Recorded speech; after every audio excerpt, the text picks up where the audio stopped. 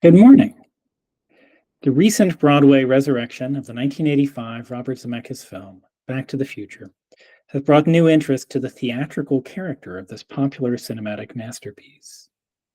An example of what some critics have termed the new Hollywood, the original Back to the Future film sent roots deep into the soil of earlier cinema to construct a movie which aspired to be and succeeded in being a blockbuster.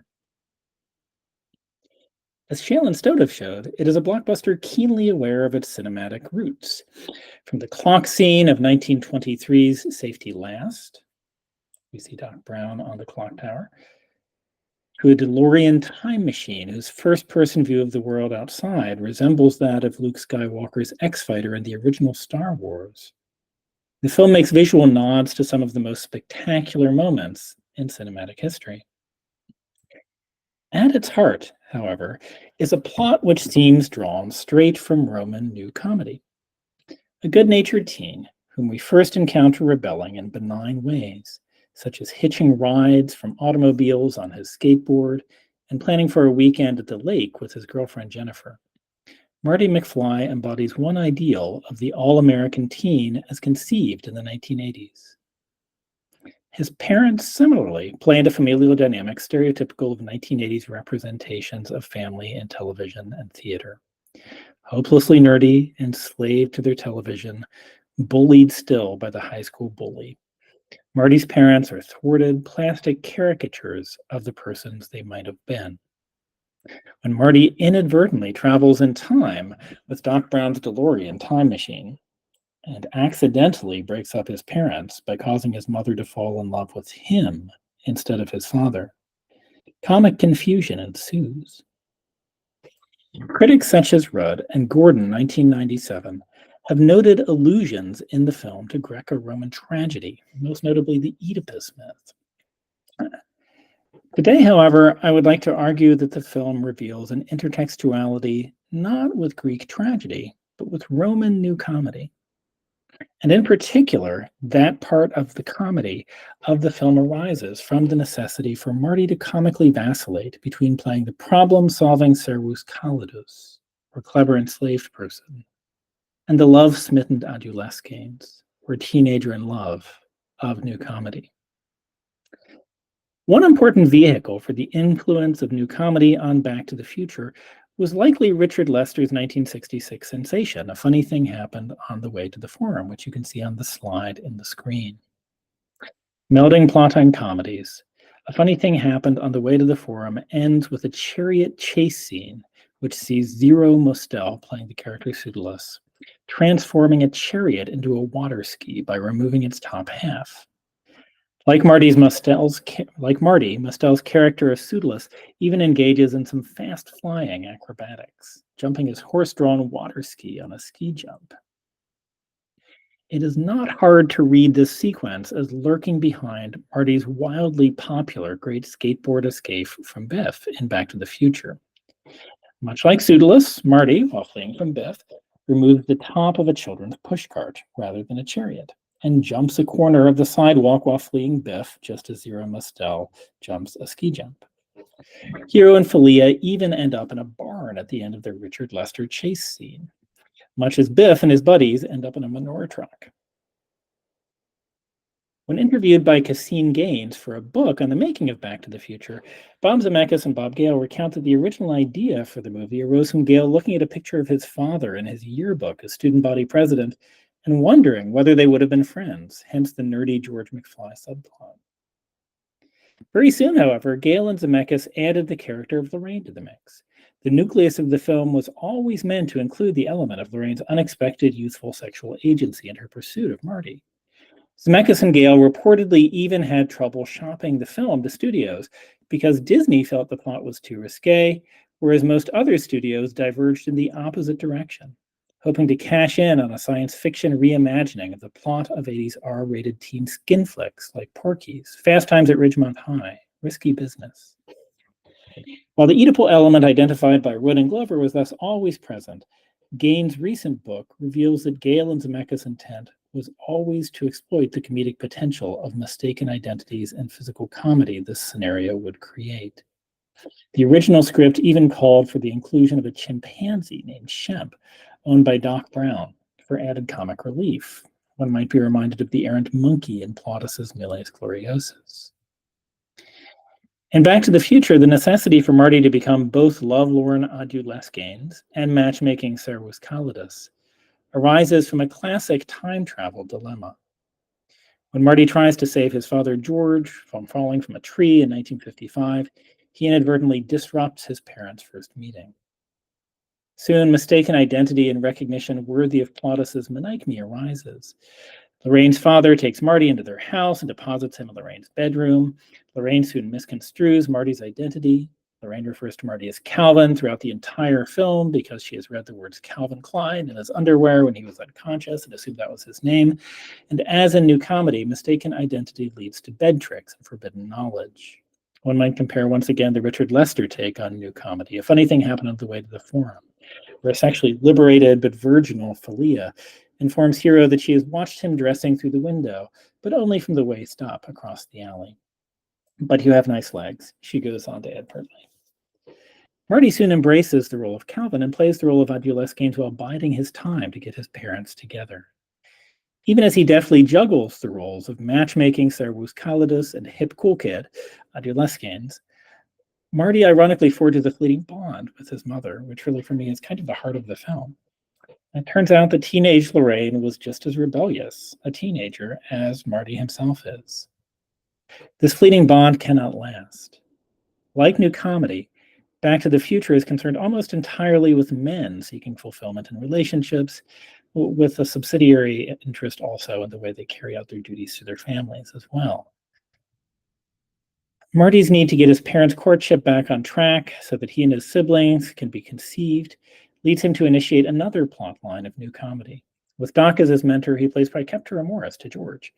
In the course of getting his father to the Enchantment Under the Sea dance with his mother, Marty constructs a play within a play, scripting scenes for George, who knows what's going on, and for Lorraine, unknowingly, to act out. In a number of Roman comedies, one of the functions of the Servus Calidus is to deceitfully script exactly such meta-theatrical scenarios. Sometimes this happens in a manner which almost seems to foreshadow the time travel paradoxes of Back to the Future, with the same scenario playing out several times with minor but significant variations, in such a way almost to suggest alternate timelines in a time travel story. I'm thinking of the situation in the Andrea, where Simo first hears Lesbia proclaiming that a child has been born to his son Pamphilus. Simo thinks it's a trick to derail a marriage that Simo is trying to contract for his son Pamphilus and discounts the scenario. But Davos, his enslaved person, overhears the same scenario and decides that he's going to use that to break up the marriage to Cremi's daughter, and has the enslaved person Murtus play out the same scenario in Cremi's presence, and actually does break up a marriage. We get this repeated meta-theatrical scenario, scripted once again by the Servus Calidus, who plays almost stage director to Murtus and Pamphilus as the scenario is acted out.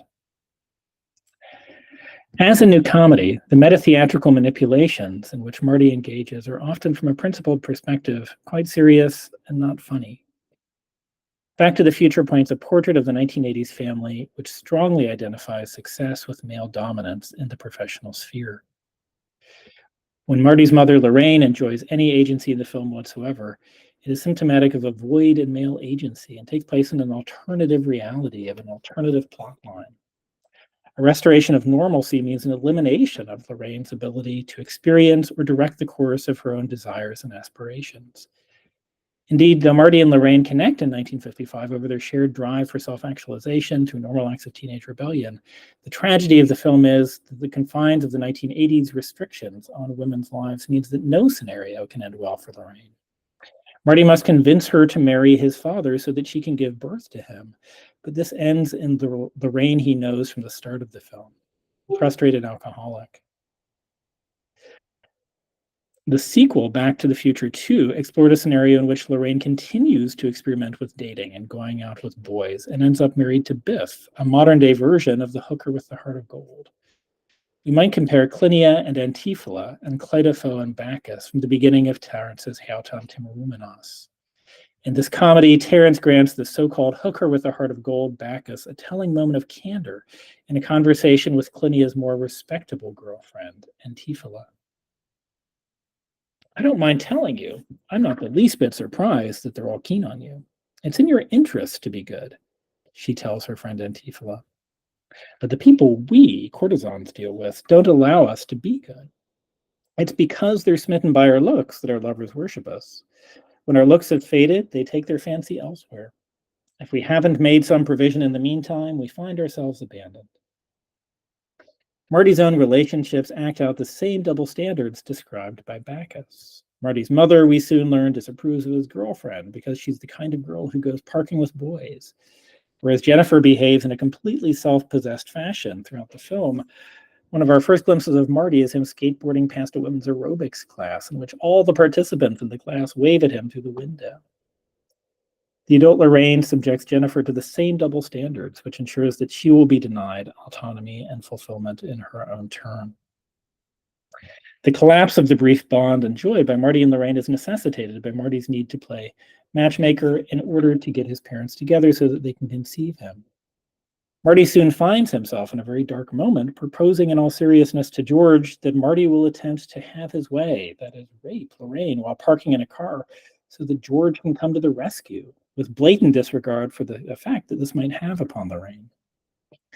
In this, Back to the Future resembles Terence's Eunuch and Hecora, where a narrative of rape proves disturbingly a road to a happy marriage. This focalization through the lens of male satisfaction is ubiquitous in new comedy. Davos and Pamphilus and the Andrea blithely permit Glycerium to suffer being in pain from contractions and afraid you'll abandon her. She has good reason to fear. Her maids have overheard Pamphilus musing over whether he should obey his father and marry Cremi's daughter, and Davos soon convinces Pamphilus to pretend that he's doing exactly that. Both Marty and his mother seem to briefly peer beyond the mask during their brief interactions in 1955, as Marty discovers that they have more in common than he once believed. Yet at the end of the film, Marty's experience of his mother as a complex character has resulted in little improvement for her in 1985. In the new 1985, Marty's interference creates. George is satisfied and successful, as we see on the screen. His book that he's just published is about his courtship of Lorraine, and he now stands up to Beth. But though she is thinner and not conspicuously clutching a glass of vodka, Lorraine lacks a similar focus or indication of professional success.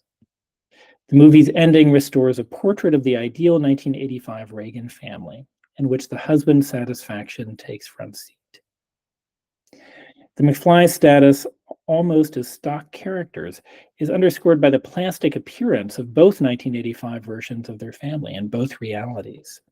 Their heavily made up older selves almost have the same stock, uncanny effect of theatrical masks, an impression that's only heightened in the sequels by Gale and Zemeckis swapping out a heavily made up Jeffrey Weissman for Crispin Glover as George, and by replacing Claudia Wells, the actress playing Marty's girlfriend Jennifer, with Elizabeth Shue. The plastic interchangeability of the actors playing these characters comes close to approximating a Greco-Roman theatrical mask. We root for Marty and young Lorraine and enjoy the film as modern audiences to a degree because they enact a largely benign form of carnivalesque release from constraints unfairly imposed upon their existence from without.